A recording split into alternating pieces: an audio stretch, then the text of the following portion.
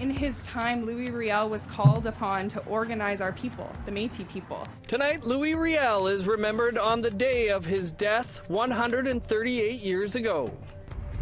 The next role, the key role for the AFN National Chief will be to go out and meet chiefs and encourage them to come back to Assembly. We continue our interviews with the candidates for National Chief.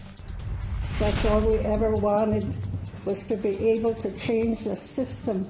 And a First Nation in Manitoba is helping families of missing and murdered relatives with a new foundation.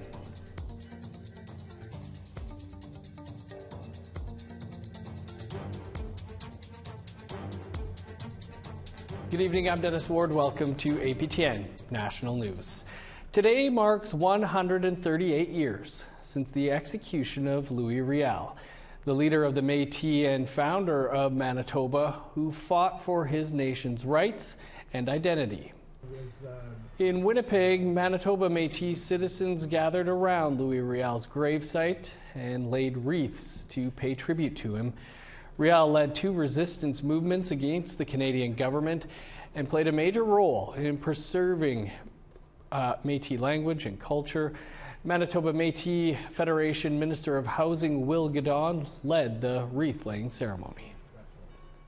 It's this idea of understanding what it means to be courageous, what it means to be, he didn't ask to be a hero, but we needed one, and he became that for all of us. And in spite of the overwhelming odds, he knew that it was the right thing to do, to stand up for what was right.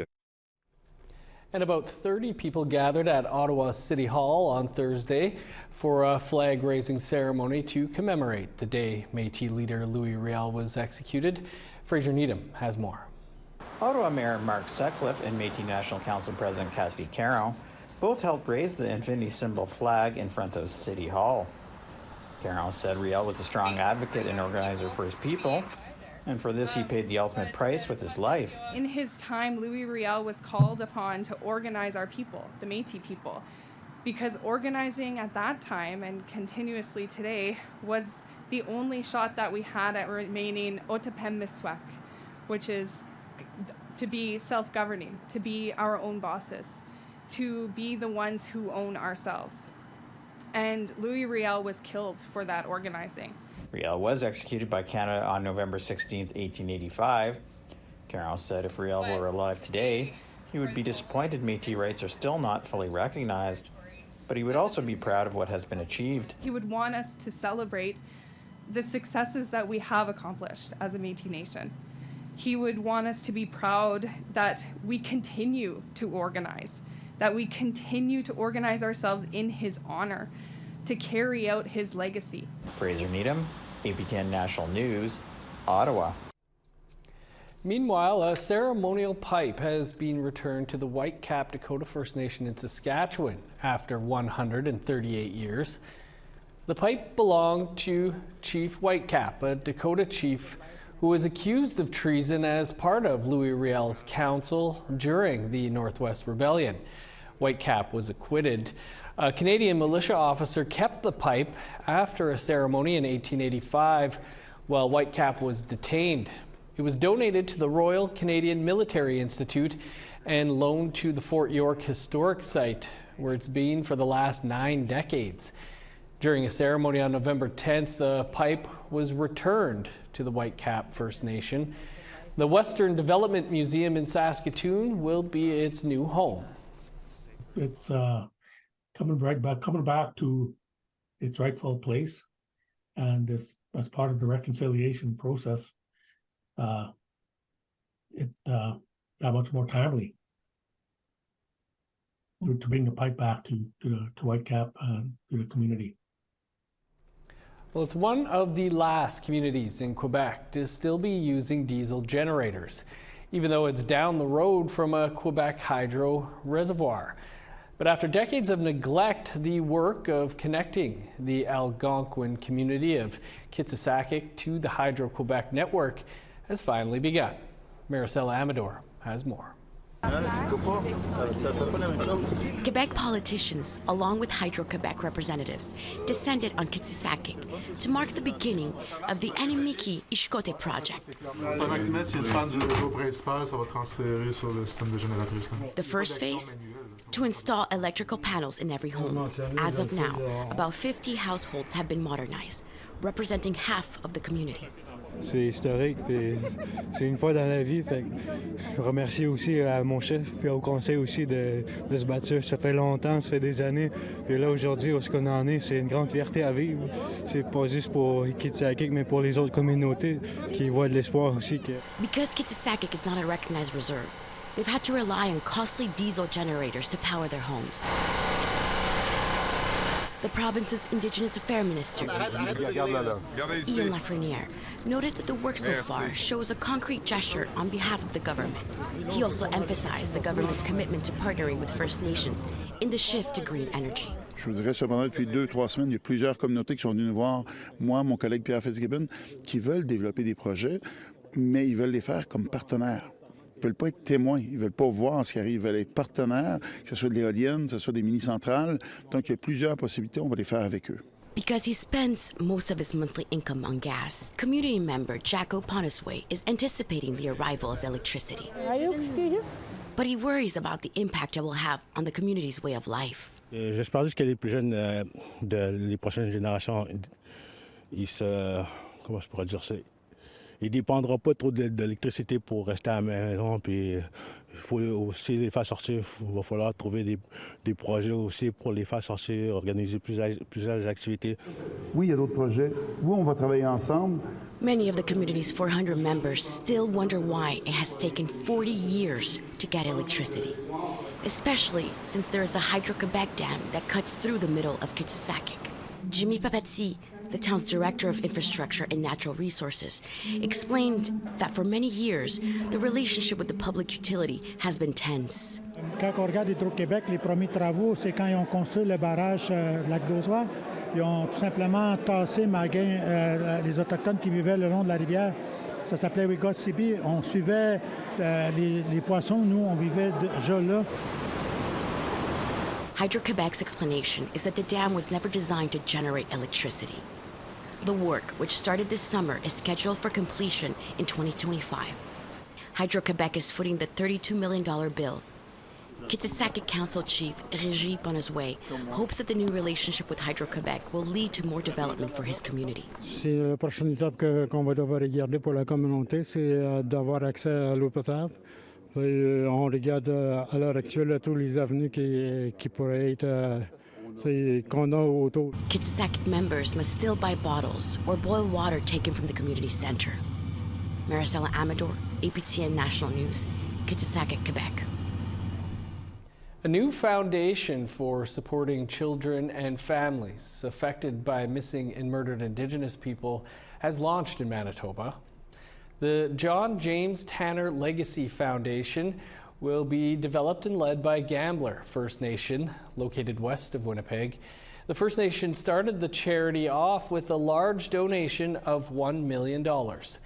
The money will go towards supporting the grieving family members of missing and murdered Indigenous people through educational, financial, and psychological assistance. The Foundation's board of directors will include some First Nations leaders, such as Assembly of Manitoba Chiefs Grand Chief Kathy Merrick.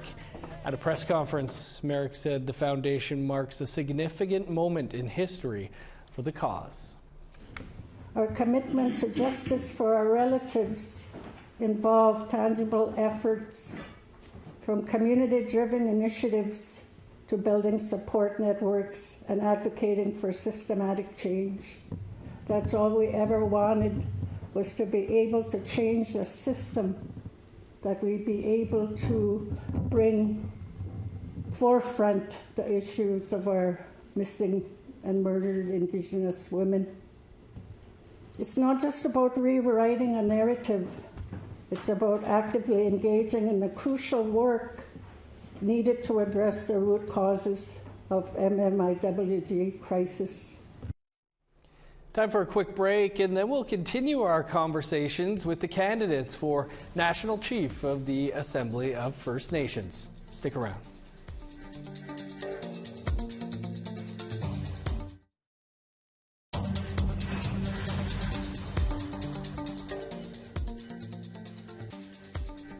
Welcome back. As the temperature drops and winter creeps in, the stakes for survival become even higher for the unhoused in Yellowknife. One non-governmental organization says they're doing their best amid growing demands and dwindling funds. APTN's Charlotte Moore-Jacobs brings us this story for us tonight. Fraser Thrasher has been living in his truck for over 2 weeks. He's a former client of the Salvation Army's 32-bed transitional program in Yellowknife, Bailey House. But after 4 years, his stay is up. They are under no obligation to help you find accommodation. When I came here, transition house, you're supposed to go on to something better.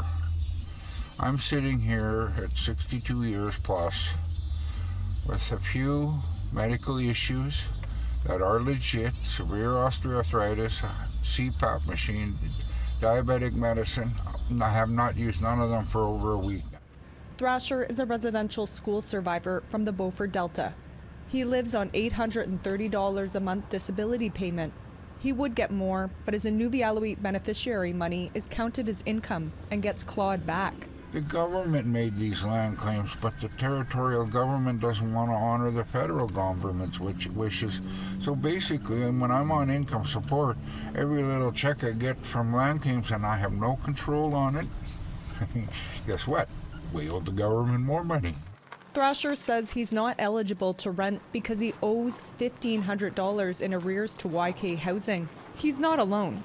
According to latest 2023 numbers from Housing NWT, the total rental arrears debt is sitting at over $11.5 million. Territorial policy makes it difficult when you owe money. Clients at Bailey House can stay for 3 years. That can go up to 4 years max. Salvation Army Director Tony Brushett says the staff at Bailey House prepare clients to move out months in advance, helping find housing. It gets into a legal piece, and once you start getting into year 4, it almost comes down to something similar to squatters' rights. When people go in on property, then we could be forced into a landlord, type of a deal. The Salvation Army is the only emergency shelter men can access in Yellowknife, but they don't have the capacity nor the funding to keep clients during the day. They're doing what they do all day. Another piece that's missed when you're dealing with the shelters is there's no programming. There's no way to do programming for them, so that's the missing piece. When they come back again 7 o'clock tonight, most have had a bad day. Now we're going to warehouse all these people together. Our shelter's always 120, 130, 140% full. Tonight, James Picard will find an open apartment building and sleep in the laundry room. I see a lot of people sleeping in the banks and they have nowhere else to go. Yeah, I'm a little bit more, resourceful. I even poked a hole in one of the hoses so I could drink some water and take my medication. He's on long-term disability from a traumatic brain injury. He can't afford the $2,400 rent for a one-bedroom apartment in the NWT capital. Picard briefly stayed at the shelter, but says he left because he fears for his safety. I recorded the situation that happened where a man there threatened to bomb the place, threatened to kill everybody with a gun, and came at me with what seemed to be a pair of scissors or long-nosed pliers as a stabbing weapon. Based on the latest figures from 2021, there are over 300 homeless people in Yellowknife. Living in his truck has taken a toll on Fraser. Everything changed, it deteriorated. I started going back to my old lifestyle of under so much stress and pressure that I started caving into using drugs and alcohol like I used to. Due to an election media blackout, APTN was unable to ask NWT Housing about the matter. Charlotte Moore-Jacobs, APTN National News, Yellowknife. Important story there. Thanks, Charlotte. Well, there's less than 3 weeks left in the election campaign for National Chief of the AFN. We're speaking with all of the candidates ahead of the December 6th vote. Our guest today is Reginald Belrose, who came in second for National Chief in 2021. Belrose was a longtime chief of Saskatchewan First Nation in Saskatchewan. We spoke to him earlier today. Reginald Belrose, thanks for being with us. It's been a tumultuous year for the Assembly of First Nations, with the former National Chief's removal this summer and claims of bullying and harassment within the organization. What do you think needs to be done for the AFN to move forward? Well, greetings and thank you for having me. The first thing I believe we need the Chiefs of Canada to come back to Assembly. The next role, the key role for the AFN National Chief will be to go out and meet chiefs and encourage them to come back to Assembly. The second area is to focus on Resolution 13, the committee that was struck to study, and they come out with some findings, and a lot of it's damaging to how the women are being treated in the workplace. So that's a good component of a large part of the staff, and this is a good place to start this rebuilding with Resolution 13. They've examined the work environment and it's not good. United Nations Declaration 22.2 calls to ensure that women and children enjoy the protection of and safety and violence against discrimination. So that's where I want to focus, and it's important that we do this as a collective. There are a number of First Nations people, of course, who say that the AFN no longer has their best interests at heart. What will you say to those people, and how would you improve relations between the AFN and the people it says it represents? Yeah, well, like I prefaced earlier, the chiefs are important. They're the most important leaders in the country, and they need to be a part of the process. A good rebuild also is to look at the agenda that the AFN goes through when the chiefs meet. It's not enough time to discuss the real issues. Chiefs get 3 minutes at the mic. Presenters get 30 minutes. We need to reverse that. The Prime Minister comes, he does his spiel, and he walks out after one question, right? So we need to control the agenda. It's our agenda. The chiefs need to bring forward what they're dealing with, and that's really what I'm promoting, is that if we do get back in touch with the objectives of the First Nations in the country, it should be a good agenda that chiefs leave feeling we've accomplished something. And the main thing we need to accomplish is standing together and uniting. What would be your highest priorities for the AFN if elected National Chief? Well, it's to bring stability. I was elected chief for nearly 17 years, and it's stable. That you need stability, you need credibility, you need to ensure that you are conducting yourself in a good manner. You're professional. You've got the vision. You're bringing forward the mandate of the chiefs through resolution each and every day.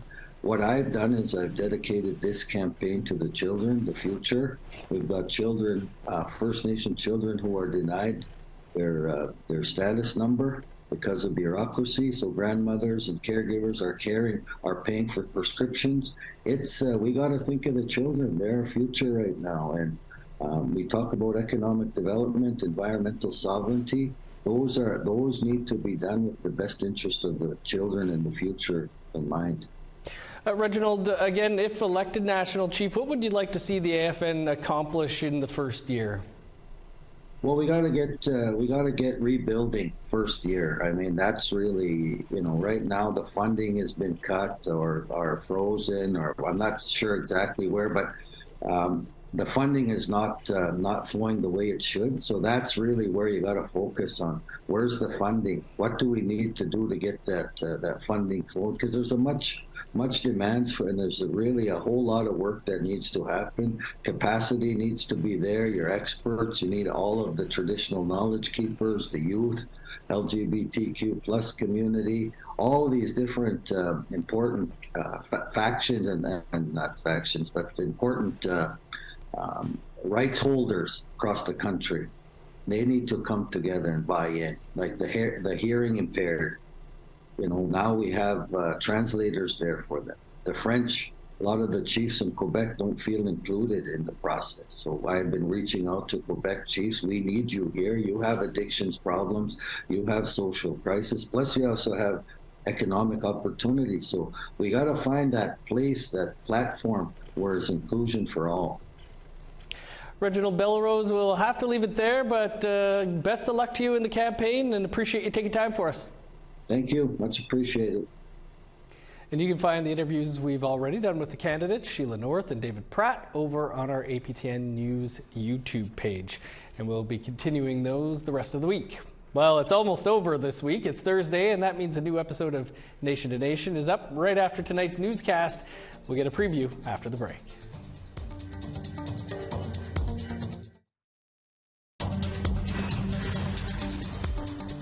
Welcome back. Time now for our photo of the day. The majestic environment of the Skeena River within the Gitxsan Nation here is captured by Clarence Jones. Thanks, Clarence. We'd like to see your territory. You can send that picture to share@aptn.ca. Now let's take a look at Friday's weather forecast. Starting on the East Coast, 9 in Halifax, 11 for Fredericton. Snow and +2 in Kuujjuaq, 0 with snow in Nain. 15 in Montreal, -1 with snow in Val-d'Or. +5 with flurries in Sault Ste. Marie, 8 above for North Bay. +2 and snow in Thunder Bay, snow and 0 for Sioux Lookout. 0 in God's Lake, +1 in Norway House. 5 above in Winnipeg, +4 for Dauphin and Brandon. 3 above in Regina, sun's out, and 9 above in Saskatoon. 6 in Meadow Lake, 4 for Buffalo Narrows. In northern Alberta, quite warm in some spots, 11 for Grand Prairie, 9 in Peace River. 13 above in Edmonton and Calgary, 10 in Lethbridge. 9 in Vancouver, 10 above in Victoria. 7 in Prince George, +8 in Smithers. -12 with snow in Old Crow, +2 in Whitehorse. -12 for Yellowknife, 13 below in Norman Wells. Snow and -8 for Sax Harbor, 11 in Paulatuck. -16 with snow in Chesterfield, 17 below in Baker Lake and Whale Cove. -9 in Resolute, 14 below with snow in Joe Haven. Time to head over to our Ottawa studio now. That's where Annette Francis is standing by with a look at tonight's Nation to Nation. Coming up after the news on Nation to Nation, the Northwest Territories election was this week. MLA Lisa Semler is one of the few incumbents to be re-elected. She talks about the challenges and priorities moving forward. Our seniors, they're on fixed incomes. They can't afford to stay in their own homes, but we have a shortage of housing, like we have a housing crisis. And where are they supposed to move? And we'll hear more about why Ontario First Nations continue to oppose the Métis self-government legislation. All this and more on tonight's episode. Thanks, Annette. You can catch Annette and Nation to Nation in less than 90 seconds from now. That's all the time we have for your APTN National News for this Thursday. There's much more over on our website, aptnnews.ca. I'm Dennis Ward. Marcy, thanks for being with us. We'll see you back here tomorrow.